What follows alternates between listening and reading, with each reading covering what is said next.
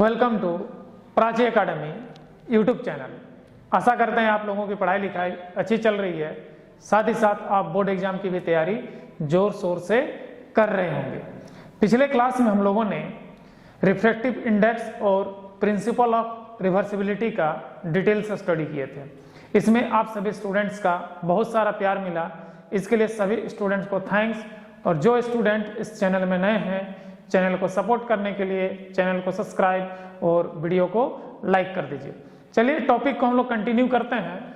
Next topic है मेरे भाई रिफ्रैक्शन विथ मल्टीपल मीडियम। मैंने कहा भी था आपको नेक्स्ट क्लास में हम लोग रिफ्रैक्शन विथ मल्टीपल मीडियम देखेंगे और उसका इक्वेशन का डिटेल से स्टडी करेंगे। तो हमने यहाँ पर मल्टीपल मीडियम लिया है। ऊपर वाला हिस्सा जो है ये हिस्सा आपका एयर है, यह हिस्सा आपका क्या है, एयर है। उसके बाद वाटर है, फिर ग्लास है, फिर एयर है। तो यहाँ पर टोटल 4 मीडियम है, air, water, glass, air. Last में एयर है, शुरू में भी एयर है, लेकिन बीच में वाटर और ग्लास है। तो यहाँ पर ध्यान दीजिएगा, यहाँ पर एक इंसिडेंस रे देखिए ए बी, एक इंसिडेंस रे है जो आ रहा है और यहाँ पर एक इंसिडेंट एंगल आई बन रहा है, ठीक है। तो एक्चुअली में एयर और वाटर में देखा जाए, ये पार्ट आपका वाटर का पार्ट है। तो एयर और वाटर में एयर होता है रेयर मीडियम और वाटर होता है हमारे क्या, डेंसर मीडियम। तो आप लोगों को बताया हूं मैं कि रेयर टू डेंसर जाएगा तो जो रिफ्लेक्टेड रे है बेंड करेगा टुवर्ड्स द नॉर्मल। तो इसका एक्चुअल पाथ ये था मेरे भाई। तो थोड़ा सा इधर नॉर्मल की ओर मुड़ जाएगा, ये आपका नॉर्मल है, याद रखिएगा ये आपका क्या है, नॉर्मल है। तो नॉर्मल की ओर मुड़ गया तो यहाँ पर रिफ्लेक्टेड एंगल R1 बना। अब ये रे आते हुए फिर जहां पर वाटर और ग्लास मिल रहा है उस पे एक पॉइंट ऑफ इंसिडेंट यहाँ पे स्ट्राइक कर रहा है। तो अब यहाँ पर देखिए वाटर और ग्लास में दोनों को अगर एक दूसरे से कंपेयर किया जाए तो रिफ्रैक्टिव इंडेक्स जो होता है वाटर का कम होता है और ग्लास का ज्यादा होता है। मतलब सीधी सी बात है मेरे भाई, वाटर जो होगा रेयर मीडियम हो गया विथ रिस्पेक्ट टू ग्लास, मतलब ग्लास हमारा क्या होगा, डेंसर होगा। तो फिर से वही कहानी होगा, rare to denser towards the normal. तो इसका पाथ ये था लाइट रे का, तो ये थोड़ा सा नॉर्मल की ओर मिल गया। तो ध्यान दीजिएगा ये आपका इंसिडेंस एंगल, ध्यान दीजिएगा आप यहाँ पे, ये जो नॉर्मल है और ये नॉर्मल है, मतलब M N parallel to M dash N dash parallel होगा। तो ये एंगल जो इंसिडेंस एंगल होगा सेकंड केस का, फर्स्ट केस का रिफ्लेक्टेड एंगल के क्या होगा, बराबर होगा, क्योंकि ये दोनों जो एंगल है ये अल्टरनेट एंगल है, तो ये दोनों एंगल क्या हो जाएगा हमारा, इक्वल हो जाएगा। फिर यहां पर क्या बनेगा, R2 फॉर्म करेगा, क्लियर है। फिर अब ध्यान दीजिएगा यहाँ पे, यहां पर ग्लास आ गया, इधर एयर आ गया। तो ग्लास और अगर एयर आएगा तो ग्लास हमारा डेंसर होता है, एयर हमारा क्या होता है, रेयर मीडियम होता है। तो डेंसर टू रेयर में मैंने आपको बताया था कि जो रिफ्रैक्टेड रे होगा वो हमारा क्या होगा, अवे फ्रॉम द नॉर्मल होगा।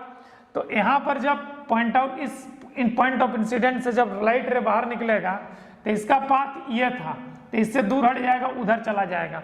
तो जो लास्ट में जो फाइनल आउटपुट ऑफ रे आता है उसको हम लोग इमर्जेंस रे कहते हैं, और इस एंगल को इमर्जेंस एंगल कहते हैं, और इमर्जेंस एंगल को ई से डिनोट करते हैं। और जो इमर्जेंस एंगल होता है वो इंसिडेंट एंगल के इक्वल होता है, मतलब सीधा सीधी समझ लो E = I होता है। अब ध्यान दीजिएगा यहां पर जो ये सेकंड रिफ्रैक्टेड एंगल है, तो यहां पर M dash N dash parallel to क्या है, M डबल डैश और N डबल डैश के बराबर है, ठीक है मेरे भाई, दोनों के बराबर है। मतलब ये पैरेलल है, मतलब ये दोनों क्या हो जाएगा, ये एंगल और ये एंगल आपस में क्या होगा, अल्टरनेट एंगल होगा, अल्टरनेट एंगल होगा। मतलब R2 मैंने ये भी R2 अगर ये भी R2 होगा, और यहाँ पर इमरजेंस एंगल E जो है I के इक्वल हो जाएगा। तो ये था मेरे भाई फिगर का डिस्क्रिप्शन। तो फर्स्ट पार्ट में ध्यान दीजिएगा, इस पार्ट के लिए अगर लॉ ऑफ रिफ्लेक्शन लगाएंगे इस पार्ट में, तो sin I बटा sin R1 equals to mu air to water. Air to water आ रहा है मेरे भाई, रूल 1 कंप्लीट हो गया फर्स्ट केस में, लॉ ऑफ रिफ्रैक्शन। अब सेकंड केस में आते हैं वाटर टू ग्लास। तो वाटर टू ग्लास आएंगे तो वाटर के लिए इंसिडेंस एंगल क्या है हमारा, R1 है, और रिफ्रैक्टेड एंगल क्या है, R2 है। रिफ्रैक्टेड एंगल क्या है हमारा, R2 है। तो फिर से वही चीज लिखेंगे, sign R1 divided by sign R2। और लाइट रे क्या आ रहा है, वाटर टू ग्लास, तो क्या हो जाएगा, water to glass mu. Equation 2 हो गया मेरे भाई यहाँ पर। इसके बाद थर्ड फेज जो है वो ग्लास टू ईयर है। तो ग्लास टू ईयर का जो ग्लास का इंसिडेंस एंगल होगा यहाँ पर, ये अल्टरनेट एंगल है तो ये R2 होगा, और इधर हमारा इमरजेंस एंगल है। तो क्या हो जाएगा, sine R2 divided by sine E equals to glass to air. इसको इक्वेशन आप ग्लास टू ईयर हो गया, अब ध्यान ईयर हो गया। अब देखिए I इक्वल्स टू E, क्योंकि इमरजेंट एंगल इंसिडेंट एंगल के क्या होता है, इक्वल होता है। तो E के जगह पे I बैठा देंगे तो क्या हो जाएगा, sine R2 divided by sine I equals to glass to air. Equation 3 मान दीजिए। अब ये तीनों इक्वेशन को क्या किया, मल्टीप्लाई कीजिए। जब तीनों इक्वेशन को मल्टीप्लाई कीजिएगा तो इस टाइप से आएगा, साइन I बटा R1 इंटू साइन R2 बटा साइन R1 बटा R2 इंटू साइन R2 बटा sine I equals to mu air to water into mu water to glass into mu glass to air. हो गया मेरे भाई यहाँ तक। ये कट जाएगा तो 1 बचेगा, एज इट इज लिख दिए। अब ये ग्लास टू एयर को इधर भेज देंगे। इधर अगर जब भेजेंगे तो ये 1 बाई ग्लास टू ईयर हो जाएगा, क्योंकि इधर इनटू तो डिवाइड होगा। अब यहाँ पे प्रिंसिपल ऑफ रिवर्सिबिलिटी लगा देंगे, जो पिछले क्लास में हम लोग पढ़े हैं। जब इसमें हम लोग प्रिंसिपल ऑफ रिवर्सिबिलिटी लगाएंगे तो बन जाएगा हमारा क्या, mu air to glass equals to mu air to water into mu water to glass. ये हमारा फाइनल रिजल्ट आउटपुट आ जाएगा। मतलब अगर मल्टीपल मीडियम है और अगर हमको एयर टू ग्लास का रिफ्रैक्टिव इंडेक्स निकालना है तो सिंपल सा क्या करना है, एयर टू वाटर और वाटर टू ग्लास का रिफ्रैक्टिव इंडेक्स को मल्टीप्लाई अगर कर देते हैं तो हमारा एयर टू ग्लास का रिफ्रैक्टिव इंडेक्स निकल जाएगा।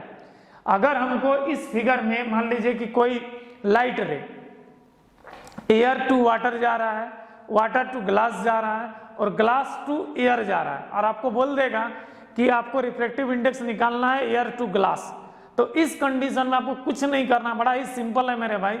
एयर टू वाटर का जो रिफ्रैक्टिव इंडेक्स होगा और वाटर टू ग्लास का जो रिफ्रैक्टिव इंडेक्स होगा, दोनों को मल्टीप्लाई कर दीजिए तो आपका रिजल्ट आ जाएगा किसका, एयर टू ग्लास का रिफ्रैक्टिव इंडेक्स का रिजल्ट आ जाएगा।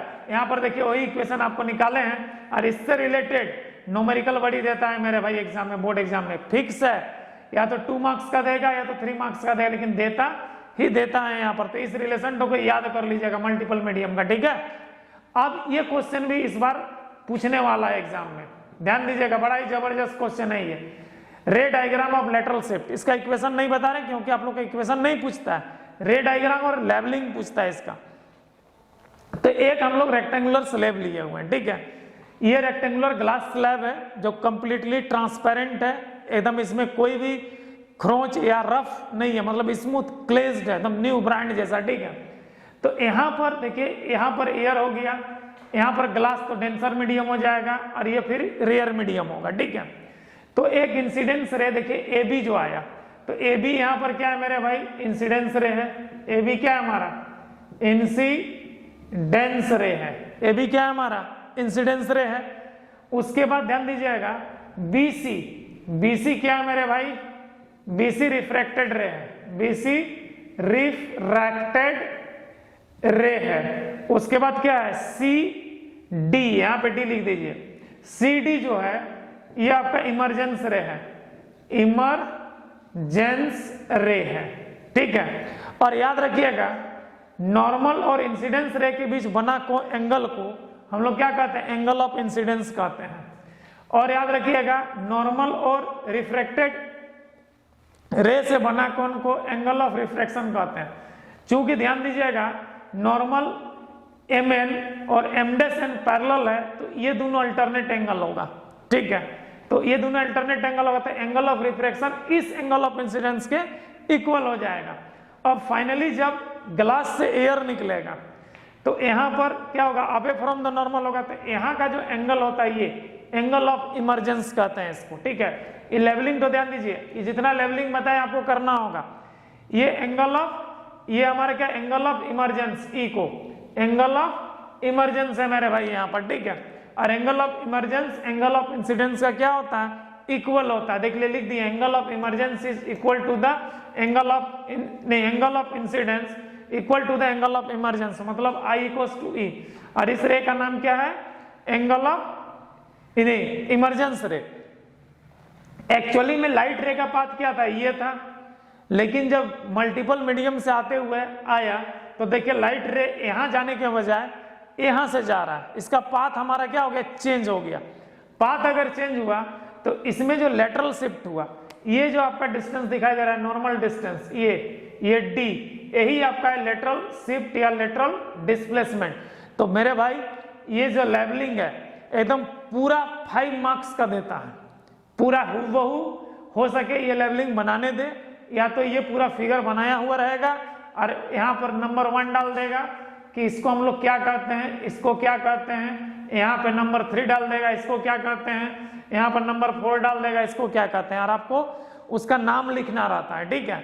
तो हो सकता है या पूरा फिगर बनाने के लिए दे, या तो इस फिगर को देने के बाद ऐसे नंबर डाल देगा, प्रत्येक नंबर में बोलेगा कि इसका नाम क्या है, फिर यहाँ पे नाम दे देगा, इसका नाम क्या है 5 नंबर। तो देखिए 1 नंबर क्या है हमारा, इंसिडेंस रे, 2 नंबर बोलेगा तो नॉर्मल हो जाएगा, 3rd नंबर बोलेगा तो क्या होगा, angle of refraction, 4th number क्या है, इमरजेंस एंगल, और 5th नंबर क्या है, लेटरल डिस्प्लेसमेंट या लेटरल शिफ्ट। बात समझ गए। तो ऐसा करके क्वेश्चन आपको पूछता है। तो क्वेश्चन पूछने का तरीका बहुत तरह का होता है मेरे भाई, ठीक है, लेकिन ये लेवलिंग देता है, इसको हम लोग कहते हैं lateral shift in rectangular glass slab के नाम से भी जानते हैं, याद रखिएगा इस चीज को। तो आज हम लोगों ने क्या देखा, रिफ्रैक्शन विथ मल्टीपल मीडियम और lateral shift in rectangular glass slab, याद रखिएगा, ठीक है। तो रेक्टेंगुलर ग्लास स्लैब का ये रे डायग्राम होता था, प्रैक्टिस करिए लीजिएगा, देबे करेगा एग्जाम में मेरे भाई, बड़ा ही जबरदस्त क्वेश्चन है, ये बहुत ज्यादा पूछता है और इससे रिलेटेड न्यूमेरिकल्स देता ही देता है। तो ठीक है, ये इक्वेशन और ये फिगर, ये रे डायग्राम दोनों को जम के प्रैक्टिस कीजिएगा। तो जानते हैं एग्जाम हॉल में बोलेगा अरे सर का वीडियो तो देखे थे वहां पर, चला बड़ा अच्छा से बताए थे लेकिन लेवलिंग में भुला गए, फिर जा करके एग्जाम हॉल में ऐसे करके रोते रहिए कहीं करके, समझे। तो इसको पहले क्या कर लीजिएगा, प्रैक्टिस कर लीजिएगा, इस इक्वेशन को भी क्या कर लीजिएगा, याद कर लीजिएगा। और इसको सॉलिड मार्क्स या 2 या 3 मार्क्स का देता है मेरे भाई न्यूमेरिकल्स इसका, ठीक है। तो ऐसा मिस्टेक नहीं होने तो दांत खिंचाइएगा वहां पर एग्जाम हॉल के ऊपर भीतर में घुस करके, ठीक है। इक्वेशन क्या कीजिएगा, दांत खिंचला करके रहिएगा और लिखिएगा, ठीक है। क्या लिखिएगा, चुपचाप बैठल रहिएगा, सोचिएगा क्या करेंगे ऐसा करके सोचिएगा। तो इसीलिए ये लेवलिंग जो होता है इसको याद कर लीजिएगा, इस इक्वेशन को भी क्या कर लीजिएगा, याद कर लीजिएगा। आशा करते हैं कि आज का क्लास आप लोगों को अच्छा लगा है। अगर अच्छा लगा है तो चैनल को सपोर्ट करने के लिए चैनल को सब्सक्राइब और वीडियो को लाइक कर दीजिए। जय हिंद, जय संविधान।